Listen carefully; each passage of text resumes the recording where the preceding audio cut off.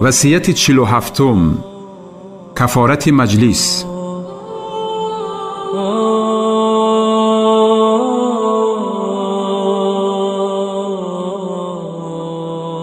از ابو هریره رضی الله تعالی عنه روایت است که پیغمبر صلی الله علیه و سلم فرمود: شخص در مجلس بنشیند و سخنهای بیهوده اش زیاد شود، پیش از مجلس خیستنش بگوید: سبحانك اللهم و بحمدك اشهد ان لا اله الا انت استغفرك و اتوب الیک.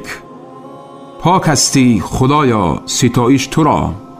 شهادتی می دهم بر این که نیست معبودی بر حق مگر تو. از تو طلب مغفرت و توبه می نمایم. خطاهایی که در آن مجلس شده باشد بخشیده می